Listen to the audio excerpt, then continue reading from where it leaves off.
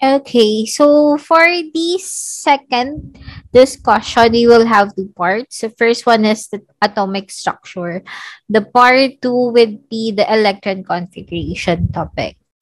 So for the atomic structure, we will have to discuss the history of atomic theory, how atoms are made, how are atoms as described, and what is now the modern atom? What are those subparticles or what are those particles that are inside an atom?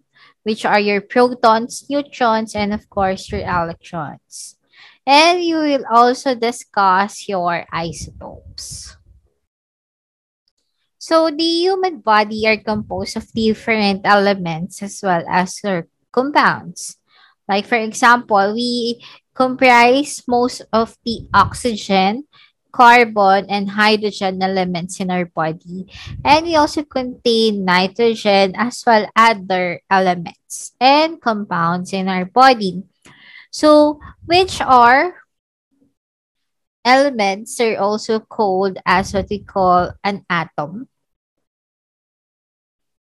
which is already the single unit of a matter. So we'll be talking about different histories of atomic theory. Okay, so our first proponent is Democritus. So he is the one that theorized the existence of tiny indivisible particles.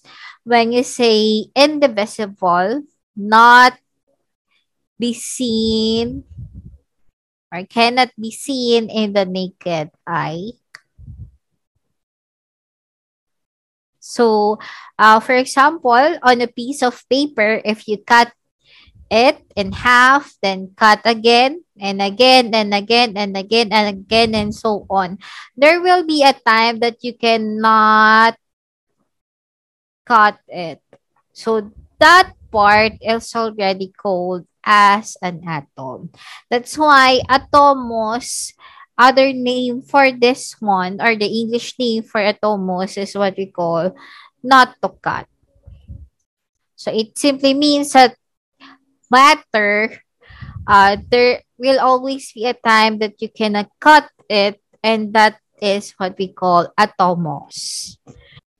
So there are different foundations leading to our modern atomic theory. First one is by Antoine Lavoisier, which is the law of conservation of mass. So it means that mass is neither created nor destroyed in chemical reactions. Mass is what we call being conserved.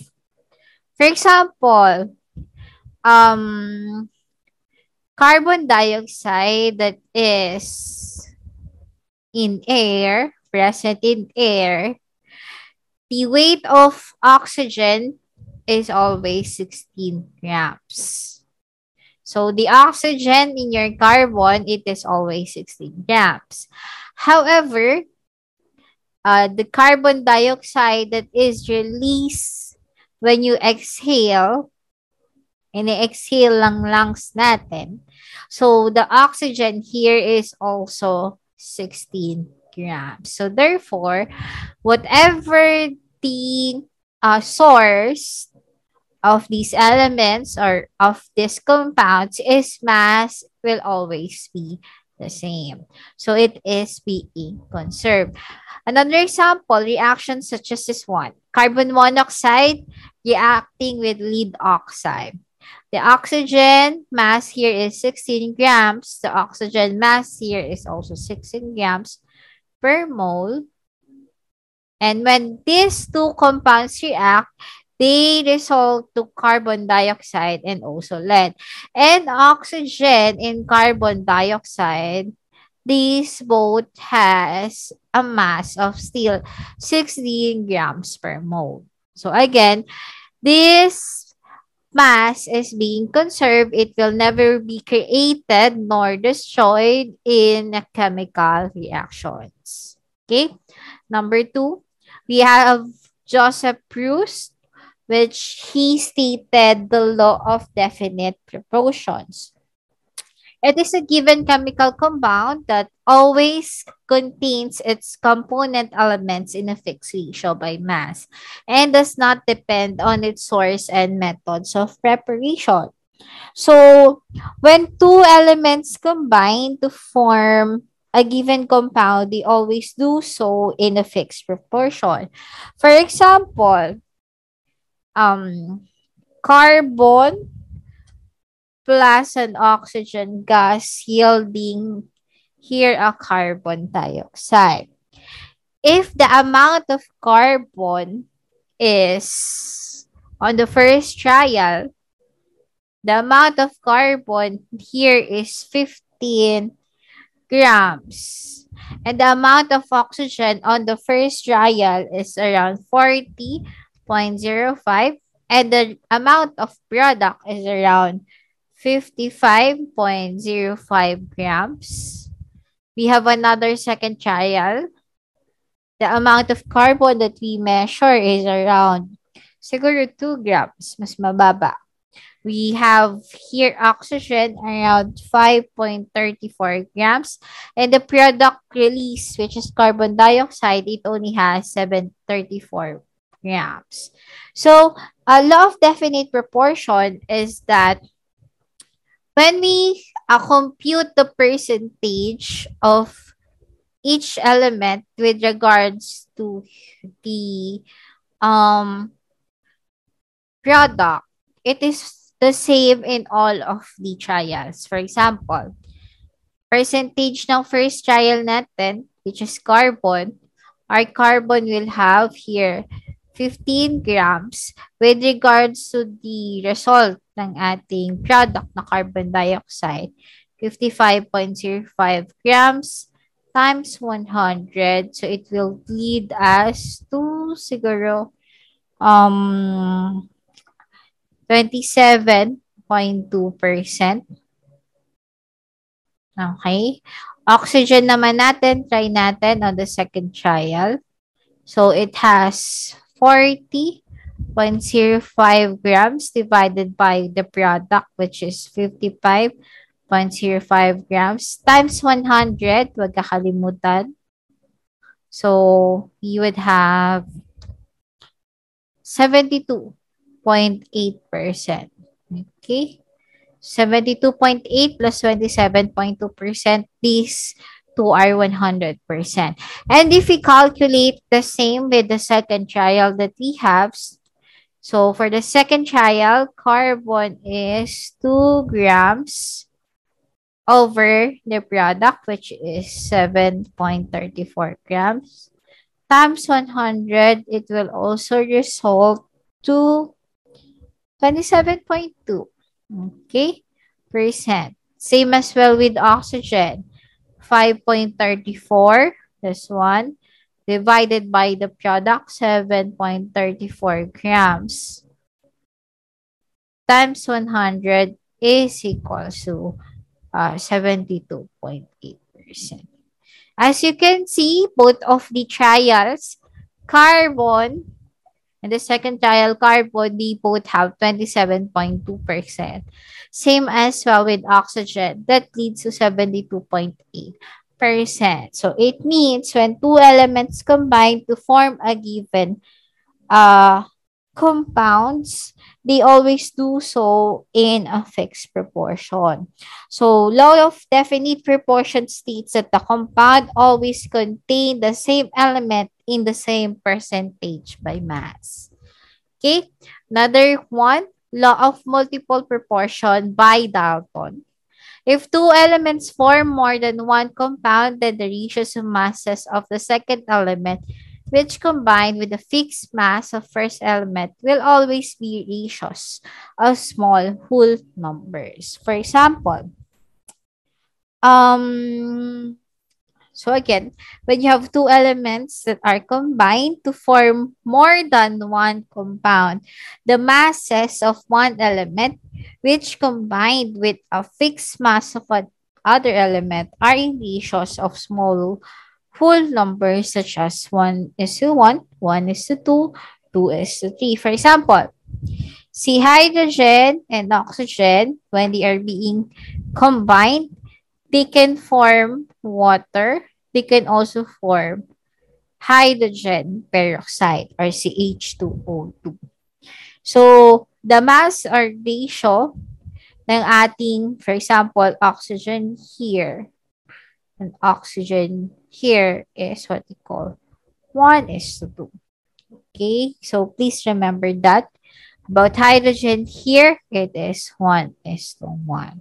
So, these are multiple proportions in different elements that can form different compounds. Okay, so John Dalton, he collected all of the existing theories about the existence of the atoms. So, first one, elements are made of extremely small particles, which are indivisible, called atoms, which he got from Democritus. Number two, atoms of a given element are identical in size and other properties, but atoms, of course, of different elements such as hydrogen, chlorine, they will always differ in size, mass, and other properties. Ibig sabihin, oxygen and another oxygen, identical atoms of elements, both of them have an identical in size, mass, and other properties as well. Atoms cannot be subdivided, created, nor destroyed. Number four, atoms of different elements combine in simple whole ratios to form chemical compounds. And number five, in chemical reactions, atoms are combined, separated, or just rearranged, but not destroyed. Dalton's theory is essentially correct, so modern discoveries allowed for the modification of his postulate, such as not all atoms have the same mass. Atoms can transform from one element to another. The composition of solid compounds is variable and atoms are divisible in some cases. So we have different parts of your atom. So inside of your atom, there is what we call a protons, which is always positive. The one who discovered protons is Ernest Rutherford. Electrons was discovered by J.J. Thomson. Neutrons was discovered by James Chadwick. So later we will discuss how these three subatomic particles are discovered by our proponents. Okay? So, by the way, the whole charge of an atom is actually zero. Please remember, this is important. Proton charge is always positive. Electron charge is always negative. Neutron charge is always zero. And one of the rule, protons is always equal to the number of electrons. So therefore, kung meron kang 6 protons plus 6 electrons, of course, a positive plus a negative value, it will lead you at 0 charge. But since you also have your neutrons, for example, you have neutrons that are also, siguro sabihin natin, 7 neutrons. Since neutrons has a 0 charge, 0 and another 0 charge, it will make your whole atom as a 0 charge. So the first discovery of subatomic particle is by Joseph John Thomson. Tandaan, wala hong P ito, Thomson. Walang P. Tandaan po yan sa exam. So, he proved that atoms of elements can be made to emit tiny negative particles. He knew that the atoms did not have a negative charge and so there must be a balancing negative charge. In 1910, he proposed what we call the plum pudding model, which the atom contains all of negative charges, which are called the electrons. Negative electrons were embedded into a positively charged cloud. Okay, so what is the experiment of J.J. Thomson? So, This is what we call the cathode ray tube. So, in a tube, he bombarded with a high voltage, these cathode rays, in where there is a placement of magnet in the middle. There is a positive and negative part. He found out that this rays, when it passes through the magnet, when it close, pag malapit doon sa positive side ng magnet, it attracts upward. However, if it closes to the negative side of a magnet, it still goes upward. The rules of magnet, positive, positive repels, negative, negative repels. Means same side repels, but the opposite side attracts. So whatever the position is, close man to the positive side of the magnet, yung rays natin, it goes upward. It means that it attracts. What attracts a positive, it means it is a negative charge. If it closes to the negative side of magnet natin, it repels. It goes upward also. So, if it goes the opposite side, pa-up siya, nag-repel, what repels? A negative, a same sign also. Therefore, confirming that our atoms of elements can emit what we call negative charges. That's why he proposed the model of an atom, which is called the plum pudding model, where the whole atom contains, he called as electron, ay titag niyang negatively charged particle. Okay, so that's the first one po. He bombarded cathode rays inside the cathode ray tube. When it passes through a magnet, when it closes to the positive side, it goes up, it attracts. What attracts a positive side? Negative. Another one, another rays passes through the magnet. If it goes closely to the negative side of a magnet, it goes upward, it repels. What repels a negative side of a magnet? Same sign then. Therefore, confirming that elements contains negatively charged particle called what? Electrons. Okay? Next. So we have what we call now the positively charged particles, which is called our protons. Our proponent here is Ernest Rutherford. So he is the one who made the gold foil experiment. So he have here a source of an alpha particles, which are positively charged particles. Okay. He bombarded these alpha particles in a gold foil. So he found out that if the atom only contains negative, positive yung ating alpha, which is being shooted or bombarded to our gold foil atom or atom ng gold dun sa gold foil, positive, negative attracts. Therefore, all of the alpha particles should passes through. However, there is a time when he shoot these alpha particles, something bounce back.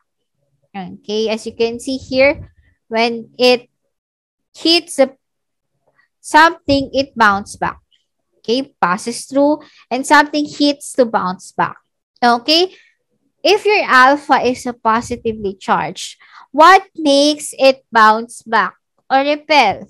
Therefore, another same sign, kung it is positive, same sign, positive. That's why nagkaroon siya ng idea that an atom also contain a positively charged particle, which he called now as a proton.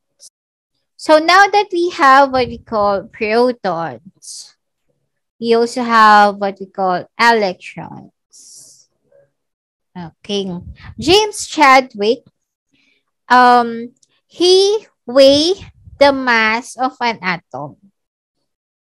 For example, the mass of atom is around, siguro sabihin natin 1 grams per mole. Okay? And he also measured the mass of the proton that inside that atom and the mass of electron that is also inside the atom. However, he find out that the mass of protons plus the mass of electrons is not equal to the mass of the whole atom. It is less than actually. The mass of protons and the mass of electrons is less than the mass of a whole atom. So therefore, kung kulang yung measurement ng protons and electrons to the mass of the overall atom, there must be something inside our atom, okay, which has a mass but doesn't have a charge. Kasi kulang eh, 'di ba?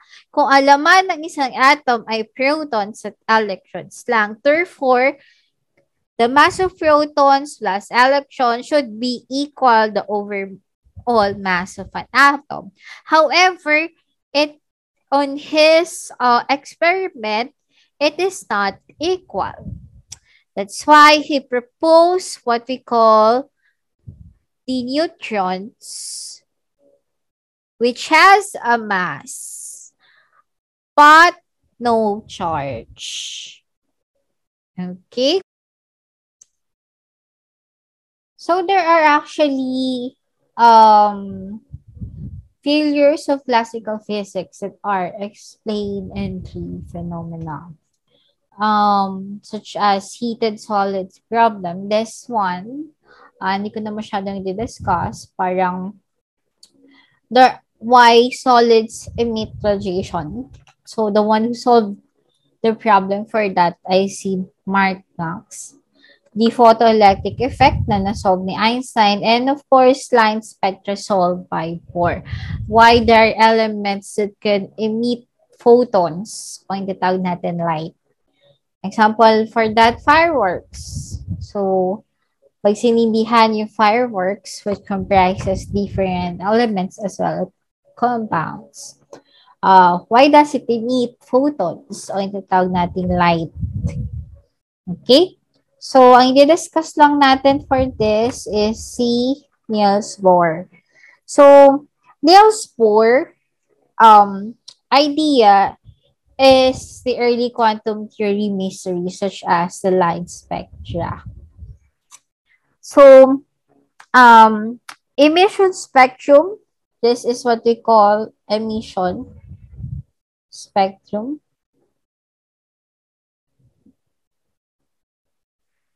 That can be produced by a very hot gas with a particular frequency. So our elements subjected in a very hot temperature, it has a certain frequency that will produces what we call photons, na itatawag natin light. Okay, so this has been observed why vapor lamp before contain sodium. There are also vapor lamp that is made by mercury. There is mercury inside the lamp. And other gases that emits light such as neon. Neon emits light. So ginagamit din siya before. Even now, ginagamit siya ang lights, kagaya ng mga light stick na mayroong neon. Why does it emits photons and of course light? So, yun ang tinatawag nating line spectra. Okay? Why? Because these elements are being heated to a very high temperature. At a certain frequency, they could produce light or photons. So, later, discuss natin ng mas maigi. So electrons orbit the nucleus that represent specific quantities of energy. The energies of the electrons in the atoms are actually quantized. Only certain electrons orbits energy are allowed. Okay? So, for example, I have a sodium metal. When it is heated at a very high temperature, it goes to what we call excitation state. So, there are different energy levels for each of the element. For example, this one. Energy level number 1, energy level number 2, and energy level number 3. If the last electron of sodium is on the energy level number 2, when it is heated, tandaan, the keyword here is it must be heated. Next, when your electrons are heated, the last electron on a certain energy level goes to what we call excitation state. What do you mean excitation state? From its original position, it will go to the higher energy level. So, yun ang sinasabing excitation state. And it automatically drops down again to its lower energy level or pwede ding original position. Ang tawag dito, when it drops down, this is excitation from a lower, upward, higher, lower. Ang tawag naman siya ay ground state. So when it goes back to the ground state or a lower position or original position, it now produces what we call photons. Why? Because it releases so much energy. And the release of that energy produces photons o yung certain light color na tinatawag. Okay? So, another example. Kunwari, chlorine. Kunwari lang ha, for example. Heat siya. Okay? Then, and then, another example.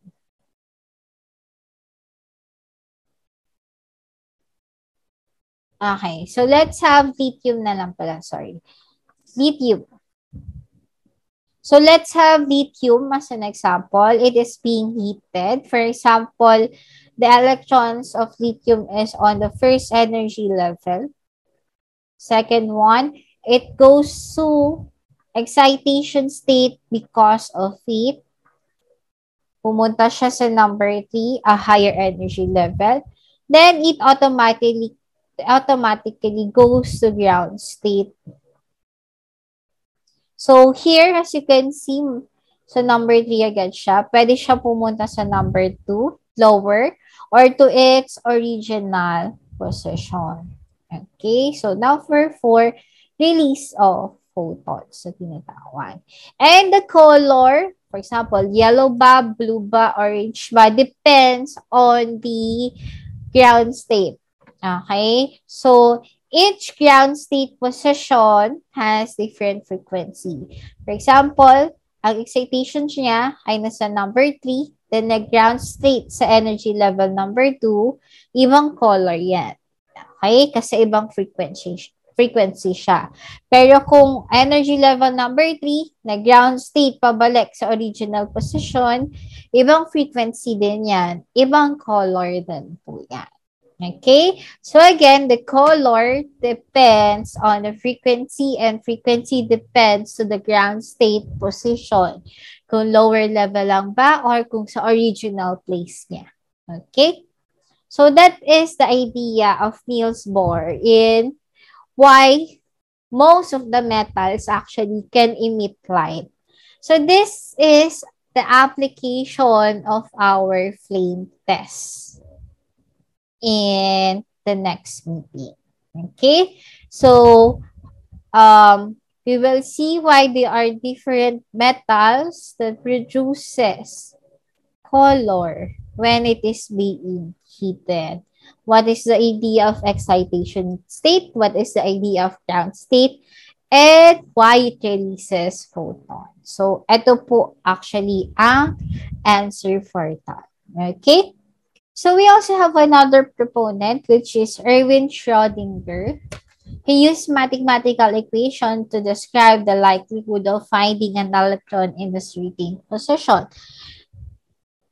Before that, we have the proponent, which is Werner Heisenberg. He realized that there is an uncertainty principle of our atom. Okay? Uncertainty principle of electron in an atom. Okay?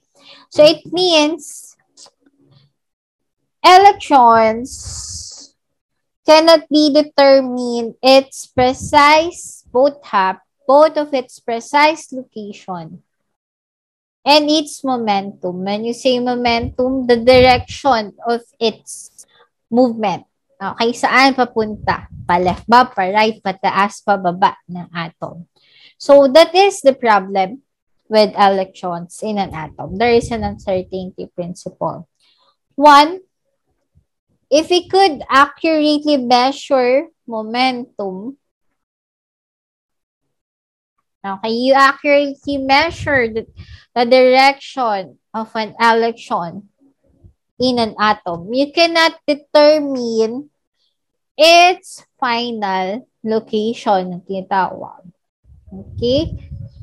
Next, if you can locate the electron, the position of an electron, it is hard to find the momentum or where your electron will go or where is the movement or direction of an electron. So, that is what we call uncertainty principle. That's why Erwin Schrödinger, he is the one to propose what we call SPPF. Okay?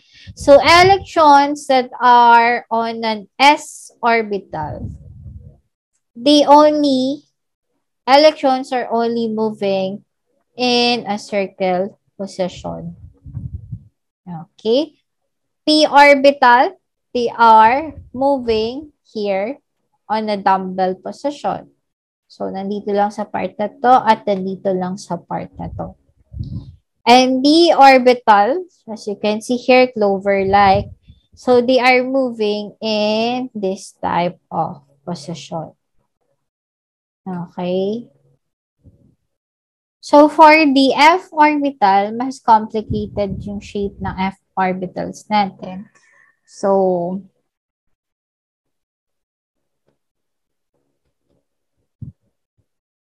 there are actually different shapes of F orbitals, such as this one. May another F orbital na ang shape din ay merong ring. Okay, so the movement in F orbitals are on these locations only. Okay, same as well as this one. Okay, so that is how Schrödinger resolved the uncertainty principle by Heisenberg. So next is that the parts of our modern atom. Okay, so your proton are inside the nucleus. Neutron as well is inside the nucleus. Outside our nucleus is only the electrons. Okay, that's why the location of electrons in an atom is harder to find because it has much larger space. And as you can see here, The mass of neutron is almost equal to the mass of protons as well. Magkasing bigat sila. Okay?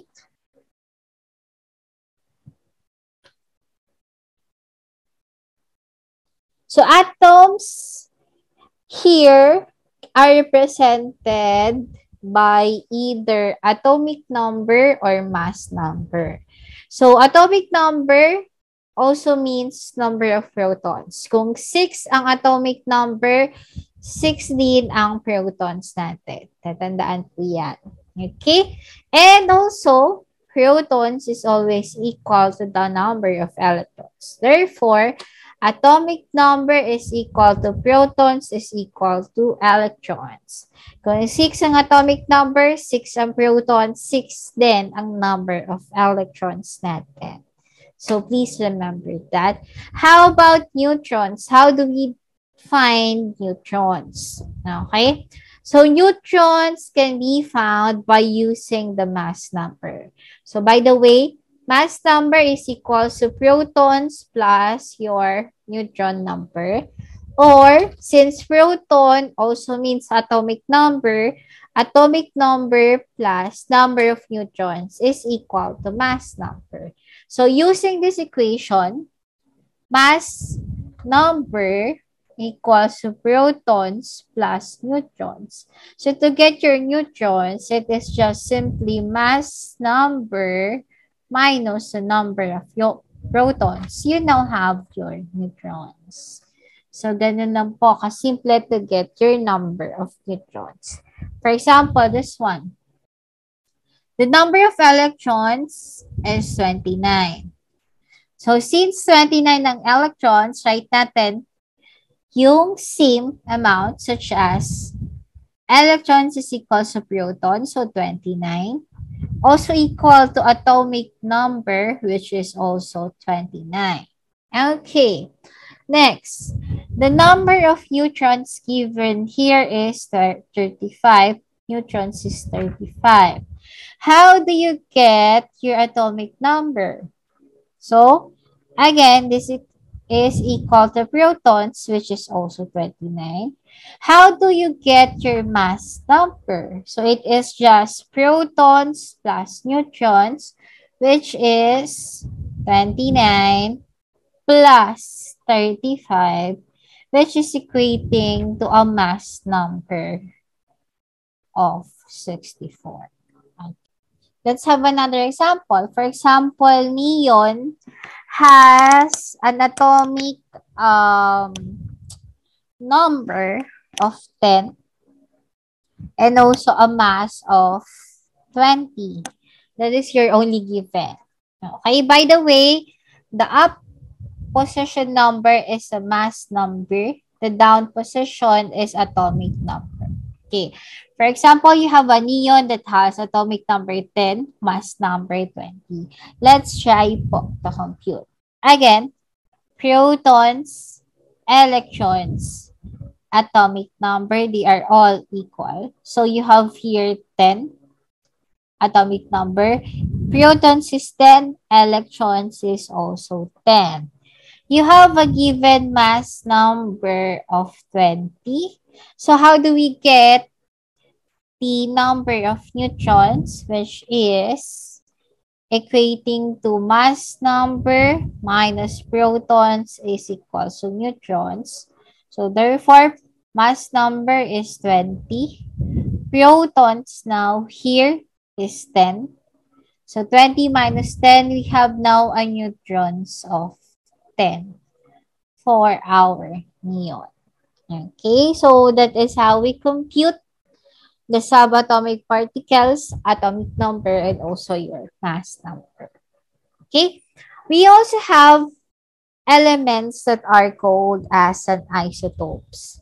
So they do have the same element but different neutron number. So take note, neutron number ang difference nila. Okay, for example, here, hydrogen, another hydrogen, another hydrogen.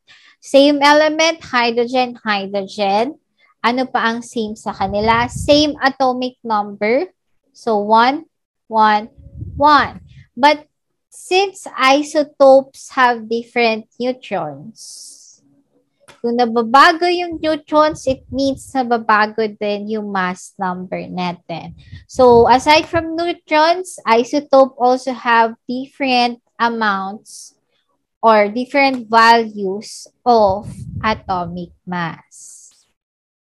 Such as this one. Hydrogen, this one, has 1 atomic mass. Atomic mass ng second hydrogen is 2. Atomic mass ng other hydrogen is 3. Okay. Another example, we have what we call uranium-235 and uranium-238. Since these two uranium has different number of neutrons, therefore, they would lead to different number of atomic mass as well. Okay? So other examples such as your carbon-12, carbon-13, or carbon-14. So all of this carbon has the same name, of course, same atomic number. Since they have the same atomic number, they have the same protons, they have the same electrons. Ano lang ang difference sila? Difference ay number of neutrons. Since neutron is changing for isotopes, again, neutrons, which is used to get your mass number also is different. Okay, tandaan natin. So here we have 6 protons, but 6 neutrons, 6 protons, 7 neutrons, 6 protons, 8 neutrons. And again, mass number is equal to protons plus neutrons. So 6 plus 6, carbon-12. 6 plus 7, carbon-13. 6 plus 8, we now have carbon-14. These three are called isotopes. Okay? Kagaya din na kanina, yung tatlong hydrogen natin. Si protium, hydrogen 2 at hydrogen 3. Protium has 1 proton but 0 neutrons. Hydrogen 2 has 1 proton but 1 neutrons. Hydrogen 3 has 1 proton but 2 neutrons. But since, again, paulit-ulit sa ma'am, protons plus neutrons is equal to your mass number, therefore, 1 plus 0, you have here a protium, that has 1 atomic mass. 1 proton plus 1 neutron, it has atomic mass of 2. 1 proton plus 2, it has atomic mass of actually 3. Okay, just remember that. Okay, so let's have this exercise. What is the mass number if it has 58 protons, 58 electrons, 78 neutrons? Again, mass number is just protons plus neutrons. So 58 plus neutron 78. So this is equal to 136. Another one, 17 plus 20 neutrons is equal to 37 mass number. Okay. Another question. What is the mass number and identity of the atom containing 15 protons, 15 electrons, and of course 16 neutrons? So 15 protons plus 16 neutrons, we have here mass number of 31. Okay. This one, 86 plus 136 neutrons. We have here 6 plus 6, 12, 4, 8 plus 4, another 12. So 222 mass number. Okay.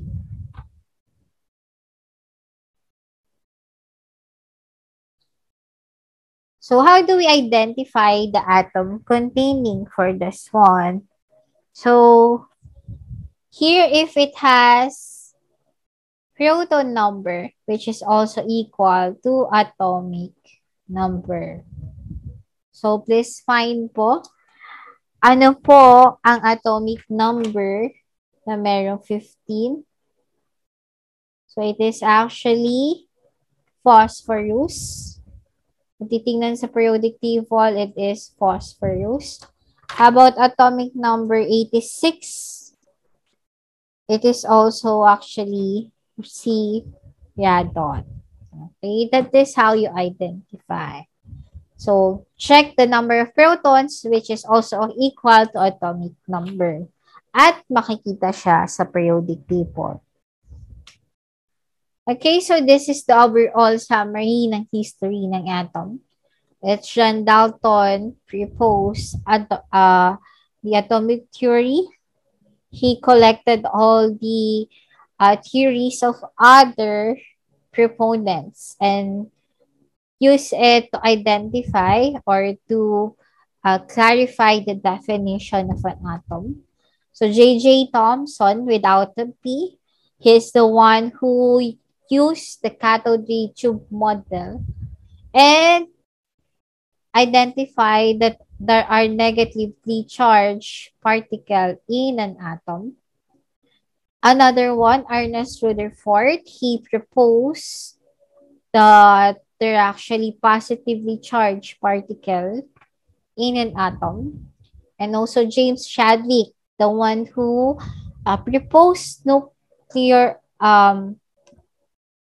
and also James Chadwick, he's the one that proposed our neutrons or the zero charge subatomic particle. And also we have Niels Bohr, which has the planetary model, but it is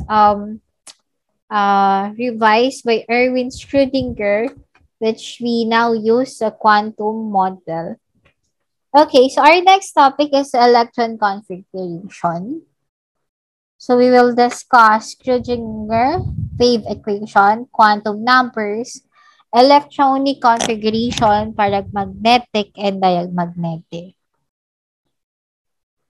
Okay, so Schrödinger wrote an equation that could describe both the particle and the wave nature of an electron or how an electron moves inside an atom.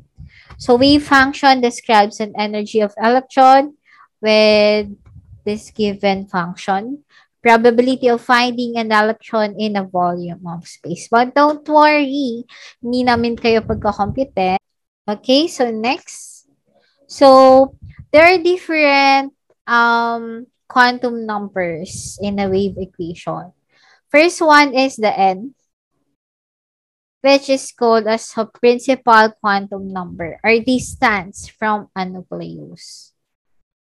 Okay? So, the principal quantum number or the distance from a nucleus is considered or defined also as the energy levels. Okay? So, as you can see, this is the first, second, third, fourth. As you can see, distance within the nucleus. Okay? So, in writing electron configuration, there is always a number. The orbital might be SPDF, number, orbital, then of course, electrons yung nasa taas. That is how you write an electron configuration. As you can see here, 1 or the number represents the N, o yung tinatawag nating energy level. Orbital represents yung tinatawag nating SPDF. And of course, yung naka-raise na number dito means the number of electrons in an orbital.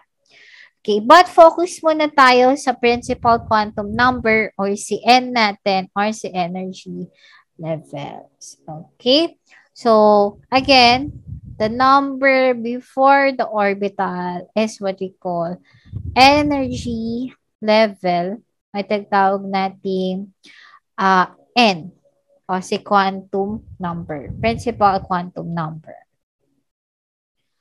Next, we have si L, which is called the angular momentum quantum number, or describe the shape of the volume of space occupied by the electron. Okay, as you can see here, S orbital is designated as 0. Okay, P orbital is designated as 1. P orbital designated as 2. F orbital is always designated as 3. Okay, please remember that. So for your ML or your magnetic quantum number, it can be represented with your orientation and space. For example, you have S, which will be given with one box orbital or one diagram orbital, and it is represented as 0 only. For example, P naman, so we have here three boxes.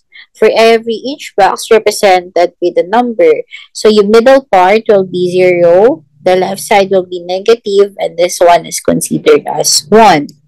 Then your D is represented with 5 boxes. So 1, 2, 3, 1, 2, 3, 4, 5.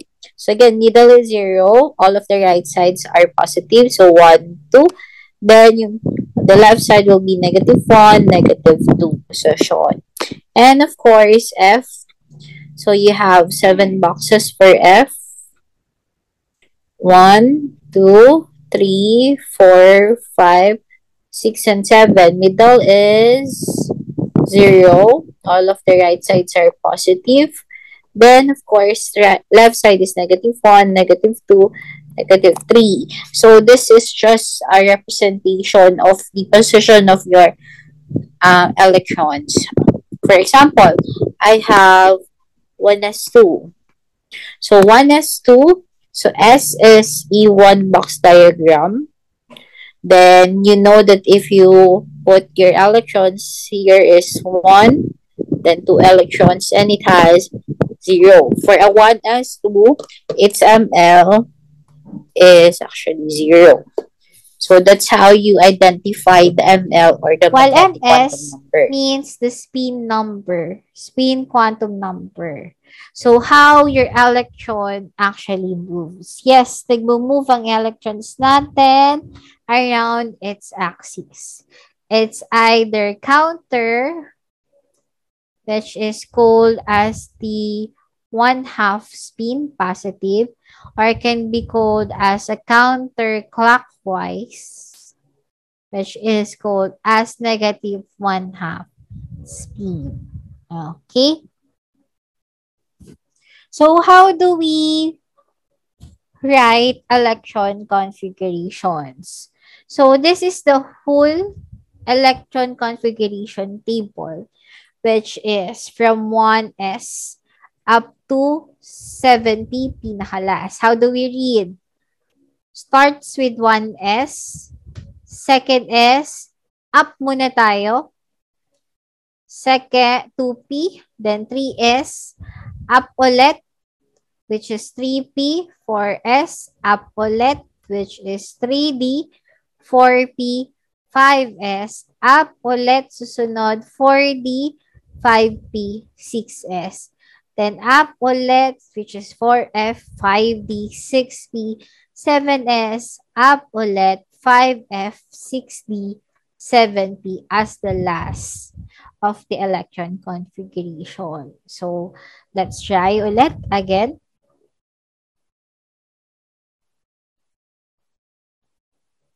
Again, what is the arrangement? 1s, 2s, then up. Okay, itong 2p. Then, yung susunod, 3s, follow the arrow. Next, up ulit, 3p. Follow the arrow. Susunod si 4s. Up ulit, which is 3d.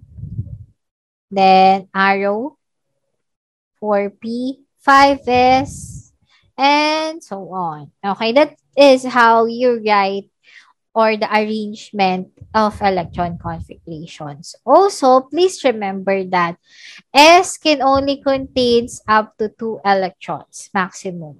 Okay? P, maximum 6. D, maximum 10. F, also maximum of 14. So, how do we write here? 1s, for example, 2. 1 is the what we call N or energy level. S, P, D, F are the orbital angular momentum.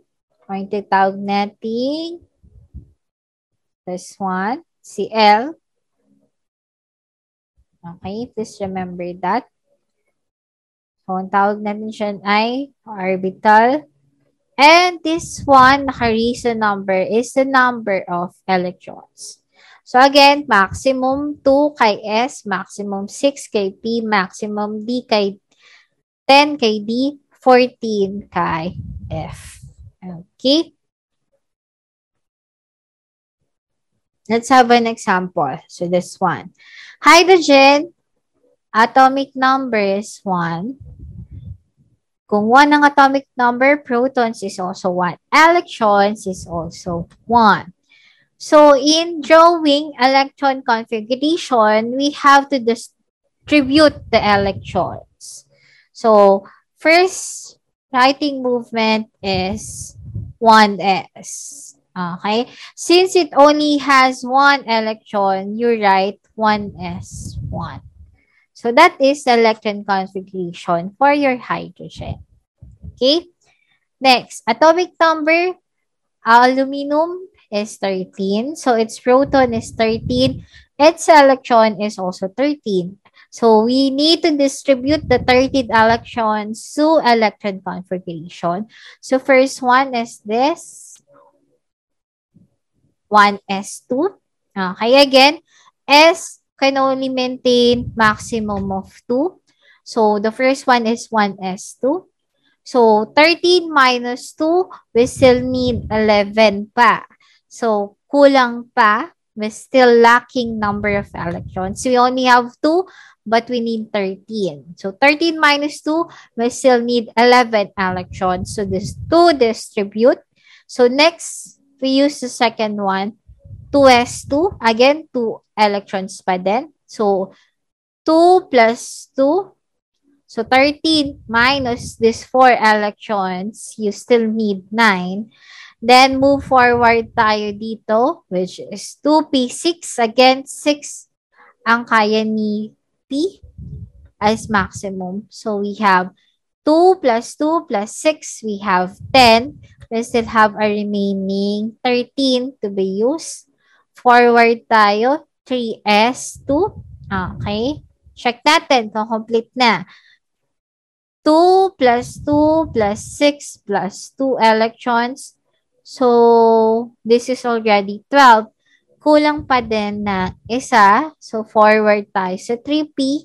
At ang kulang na lang natin is 1 to make it 13. That's why it is 3p1. So, the whole electron configuration for aluminum is 1s2, 2s2, 2p6, 3s2, and also 3p1. Okay? Let's have argon. Atomic number 18. Protons 18. Electrons is also 18. Try natin mag-write ulit. Okay, so first one, si 1s2. Second, 2s2. Third is 2p6. Fourth is 3s2. So, check natin ito muna. 2 plus 2 plus 6 plus 2, it is actually 12. Remaining, kulang pa tayo ng 6 to make it as 18. Forward tayo sa 3p, which is, can have maximum of 6. So, 6 na lang kulang natin. Therefore, the last one is 3p6. So, this is the whole electron configuration of argon. Okay? So, by the way, we actually, pinaka-purpose talaga ng SPDF or electron configuration is to identify the location of your element. Okay, let's try this one. Aluminum is aluminum 13. It has electron configuration 1s2, 2s2, 2p6, 3s2, 3p1. So, by the way, s orbital ay itong dalawang ito. This whole is actually the p orbital.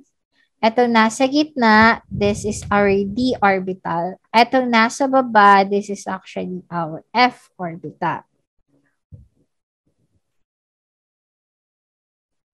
So, as you can see here, it has 2 columns representing 2 electrons. P has 1, 2, 3, 4, 5, 6 columns representing 6 electrons. D column has 1, 2, 3, 4, 5, 6, 7, 8, 9, 10 columns representing the d orbital, and F representing the 14 electrons or 14 columns. Okay, so first one, check the last electron configuration, which is 3p1. The energy level, which is number 3, representing p rows. Okay. The orbital representing whichever position in a periodic table. The electrons representing the columns. Okay. Represent the blocks. Okay. So, the last one here is again 3p1. 3. Nasa third row daw ang aluminum. So, third, isa, dalawa, tatlo. Sa third na to, nakalocate siya sa P block. Again, 3. Sa third part ng P block. So, nandito siya. Pangatlong row, P block. At yung kanyang electron number is 1 column. Okay, which is here as aluminum. So, you can see here, 1, 2, 3, 4, 5. 1, 2, 3, 4, 5, 6. So, third row, so 3, nasa P block position. Itong part na to, it has 1 electron. So, nasa first column ang position ni aluminum. So, andito siya. Okay? So, madali lang ho. Okay? Next, let's have another one. How about argon? Argon has 1s2, 2s2, 2p6, 3s2, 3p6. Try natin. Argon has 1s2, 2s2, 2p6, 3s2, 3p6. The last one is 3p6. Nasa third row siya ulit. Nasa P block. So, this block na ito. But, the number of electrons is 6. So, nasa 6 column. So, try natin. 1, 2, 3, 4, 5, 6. So, this is the position of actually argon. Okay? Please remember that. But actually, electron configuration is the long cut. We have what we call the shortcut method using noble gases. Siyempre, pinahirapan ko muna kayo bago yung tatawag nating shortcut. So, as you can see here, this is aluminum. Okay. To get the shortcut, find, okay, first one, find the nearest, okay, nearest noble gas in the electron configuration. Okay. For example, is it argon or is it neon? Aluminum only has 13. Therefore, it cannot use argon. Okay. The nearest noble gas that is inside its electron configuration number is neon, which has an atomic number of actually 10. So again, atomic number, same as number of protons, same as well with the number of electrons. So the number of electrons of neon is actually 10. So you get the 10 electrons here, 1s2, 2s2, and the 2p6. You write here as just neon. Then you write the remaining, which is 3s2, 3p1. Okay, so this is the shortcut for aluminum. Okay. Okay, so next is Pauli's exclusion principle is that two electrons in an atom can have the same for quantum numbers. So the quantum numbers making up the electron configuration, again, energy level for your N, L representing S orbital as 0, P as 1, D as 2, F as the 3L for the angular momentum. We also have the ML, which is if you have S, you have only a 0. If it is P, we have the -1, 0, and 1. Kapag T, we have -1, 0, 1, -2, and 2. Pag F, mas marami, -3, -2, -1, 0, 1, 2, 3. Okay? And of course, the number of orbitals. Pag S, isa lang. Kapag p orbital, 1, 2, 3, it has 3. Kapag p, it has 1, 2, 3, 4, 5, it has 5. Pag F, 1, 2, 3, 4, 5, 6, 7, it has 7 orbitals. Okay? And of course, your quantum numbers. Electron shell is a region of space about a nucleus that contains electrons that have approximately the same energy and that spend most of their time approximately the same distance from the nucleus. So as you can see here, ito lang yung dinidiscuss ko kanina. Energy level, 1, 2, 3, 4. Sub-level or tatawag natin sub-shells can be called as SPDF, number of orbitals. Again, ulit si ma'am. S ay isa, P has 3, D has 5, F actually have 7. And maximum number of electrons sa S can have actually here 2, pag P 6, pagka D 10, maximum, pag F 14, maximum number of your electrons. Okay? So an electron subshell is a region of space within an electron that contains the electrons that has the same energy. So electron orbital is a region of space within an electron subshell where an electron with a specific energy is most likely to be found. So again, subshells, SPDF, or sublevels na tinatawag. The number of orbitals is S, always 1. Kapag P, sa 2, 3. Pag D, 5. Kapag F, we have 7. But S contains maximum of 2. Pag P, 6. Kapag T, 10. Kapag F, 14. Actually, times 2 lang yan. 1 orbital times 2 means 2 electrons. 3 orbitals times 2 means 6.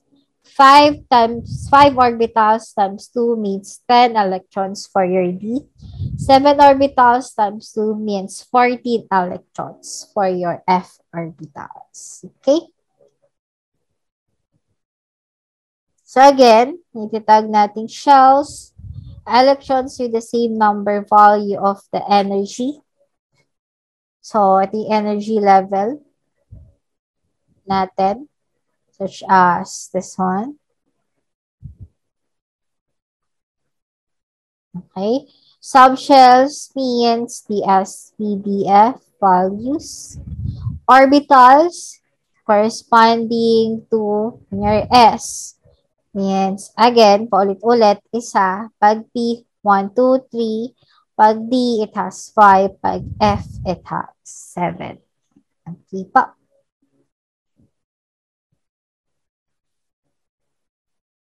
So we have actually rules on how to write electrons inside an orbital. Okay, kagaya nito. States that no more than 2 electrons can occupy a single orbital. Okay, kada isang orbital hanggang 2 electron na. Okay? For example, S. Isa lang ang orbital ng S, kaya lang niya ay isa, 2 electrons. Pag P, it has 1, 2, 3 orbitals. At same property din by Pauli seclusion. Kada isang orbital ay 2 lang. Okay? Another orbital, 2 lang din. Okay?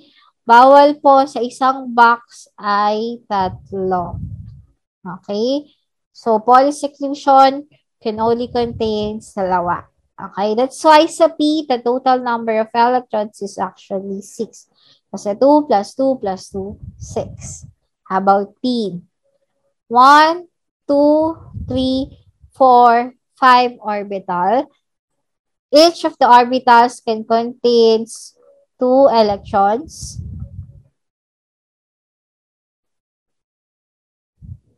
Okay, so therefore, 2, 4, 6, 8, 10. It has 10. Same as well with your F. 1, 2, 3, 4, 5, 6, 7 orbitals. And each orbitals contains 2 electrons. That's why in F, 7 orbital times 2 electrons, it has a maximum of 14 electrons. So, another rule for the orbital diagram is the Aufbau rules na tinatawag. It means that lowest energy level should be filled before going to the next energy level. Okay, for example, this one. Carbon has atomic number of 6, means atomic number, protons, equals to the number of electrons also. So, its electron number is also 6. So, it has, 1s2, 2s2, and of course, the 2p2, which is this one. Okay. For the Aufbau principle rule, you cannot write just 1 electron here, then go to the p orbital. No. Fill up first your lowest level orbital, which is the S, before you go to the last one, which is the p orbital. That is the meaning of Aufbau's rule. First energy level muna, the lowest, which is S, before you go to P, D, and so on. Here, we have what we call the Hans rule. Hans rule means finish first, all up per orbital,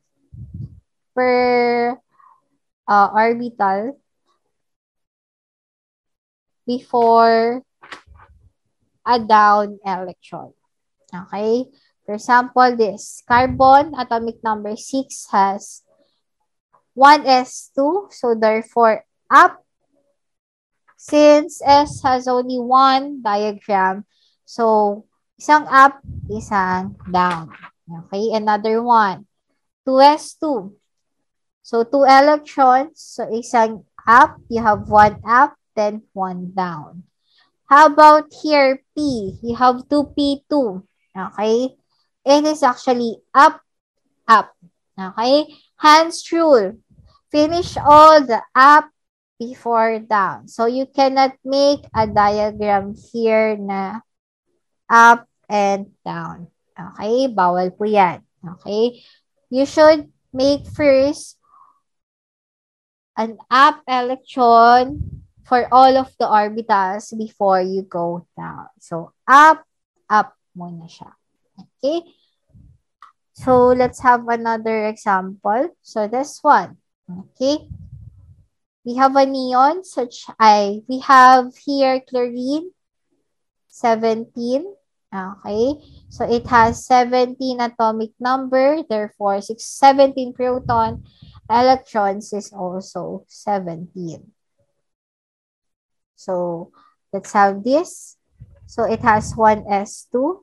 So, 1 up, 1 half down. So, 2 electrons na po siya. Next, another one. S orbital again. 1 diagram. So, up, down for the 2 electrons. That's why 2s2. We also have 2p6. Again, p has 3 orbital diagrams. So, 1, 2, 3. So, therefore, 6 electrons. So, you are right. Up, up, up, then down, down, down. So, 2, 4, 6, you have 2p6. Next, you have 3s2. So, up and down. So, for 2 electrons. And lastly, si 3p5. So, 5 electrons lang ilalagay natin for the p orbital. So, 1 up, 2 up, 3 up, then 4 down, 5 down. That's why 3p5. Okay?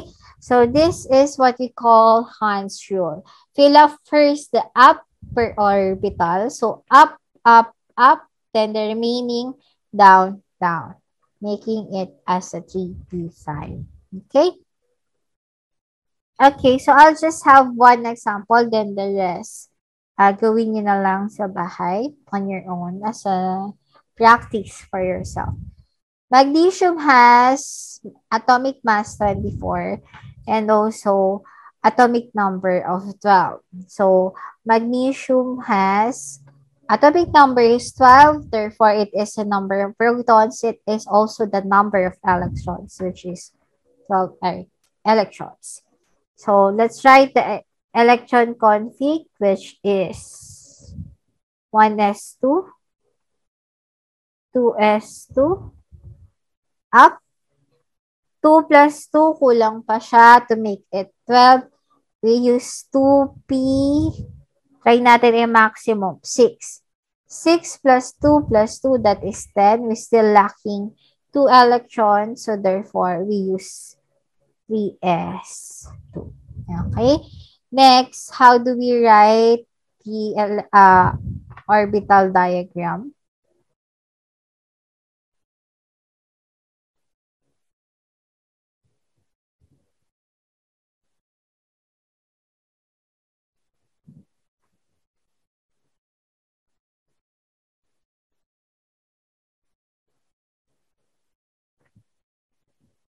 Okay. So, we have S here. So, 1 orbital. Another S, 1 orbital box. We have P, which is 3 orbital box. We have S, which is 1 orbital box. So, your 1s2 has 2 electrons. So, you go up, then down. 2s2, you have 2 electrons. Also, you go up, then down. Next is our 2p6. You have 6 electrons. So, we go up, up, up. So, tatlo. Kulang pa na tatlo. Then, we go now with down, down, down. Okay? Then, lastly, we have 3s2, which is 2 electrons. So, it means 1 up, then 1 down electron. Okay? So, the rest, hindi ko nasagutan, practice on your own. So, this is an example of all the elements. Up to 19 lang yun nandito. So, it's symbol, electron configuration shortcut, atomic number, symbol, Ito. Hanggang 56 pala to. Ay, hindi. 93 pala. Okay. Hanggang 93. So, this is the shortcut. But for the exam, we will be using electron configuration long cut. Okay? Just remember that. So, last of the topic is what we call paramagnetic materials versus your diamagnetic materials. Simple lang. So, when you say paramagnetic, these are your unpaired electrons. So, as like this one. This is an example of an unpaired electron which has only 2p2. So, 1, 2. So, wala siyang downward electron. Like this one naman, diamagnetic, all electrons are actually paired. We have up, up, up, down, down, down. Okay? So, the up electrons also means it is the positive one half. Ay tinatawag nating spin kanina, which is your MS. Okay? So, your negative one half means the down electron position.